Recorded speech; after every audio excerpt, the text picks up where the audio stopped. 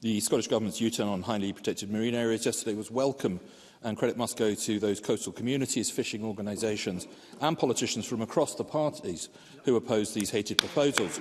However, given this SNP Green Government's record and their slavish devotion to their Butte House agreement, it's perhaps not surprising that not all are convinced that this really is the final death knell of HPMAs.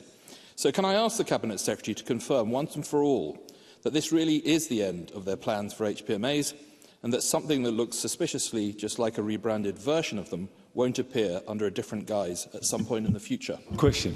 Cabinet Secretary. I think, as has already been made abundantly clear by the Cabinet Secretary for Net Zero, we are not looking to seek to implement HPMAs across 10% of Scotland's seas by 2026. That commitment is no longer going forward. And what we have committed to is, as I already stated in my response to Rhoda Grant earlier, is about that work with our stakeholders, with communities, to ensure that where we implement measures, we're working with people to do that. Again, I've talked about some of the examples that we see in Scotland where that management is working. That's what we want to build on, and build on that success going forward. Okay. Thank you, Presiding Officer. Having finally recognised that HPMAs were not fit for purpose, does the Cabinet Secretary recognise that poor management of a well-meaning policy has significantly damaged trust between the fishing industry and the Government? And can I ask what the Government is going to do to rebuild that trust in a way that protects the thousands of jobs in Scotland depending on the industry? Cabinet Secretary. I know the Cabinet Secretary for Net Zero published the results of the consultation into HPMAs just yesterday. And of course, I think an important part in setting out that approach, though, was outlining the next steps and how we are going to engage going forward.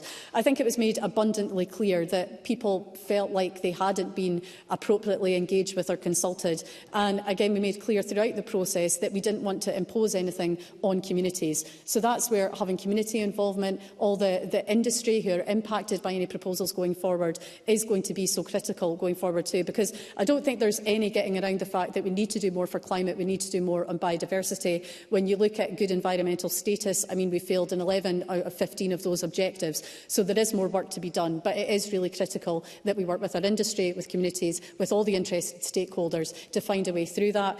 We see measures implemented in parts of Scotland already where that approach has worked and is continuing to work well, and that's a success that we want to build on. The Presiding Officer, in the statement, the Cabinet Secretary quite rightly praises the efforts of Scottish fishers who have engaged and worked closely with her to protect and recover stocks. Now, I'd like to be positive, but despite the welcome U-turn, the fisherman and singer of Skipinish's anti-HPMA protest song, Donald McPhail, said, and I quote, "I would not trust anything they say," they being the Scottish Green Government. Given previous debacles such as the Clyde cod box and the failure to deliver key policies, how will the Cabinet Secretary go around restoring trust between fishers, fishing communities and her Scottish Government? Cabinet Secretary. Of course, it's never good to hear comments like that. And I think, as I've made clear in previous responses to the statement, I know as the Cabinet Secretary for Net Zero has also made clear in relation to HPMA proposals. Again, those proposals aren't going forward. We want to make sure that we are working with people as we look to whether that's in relation to the marine protected areas or where we need to look to do more for climate and biodiversity. We can only do that with the industry. We can only do that with communities too. And that is why we listened through that consultation process. I know the Cabinet Secretary had made an announcement before the summer. We've only just published the results of the consultation because, understandably, it took a long time to go through. But rebuilding that is, of course, critical. But again, we made clear throughout that process we wouldn't be imposing anything on communities they didn't want.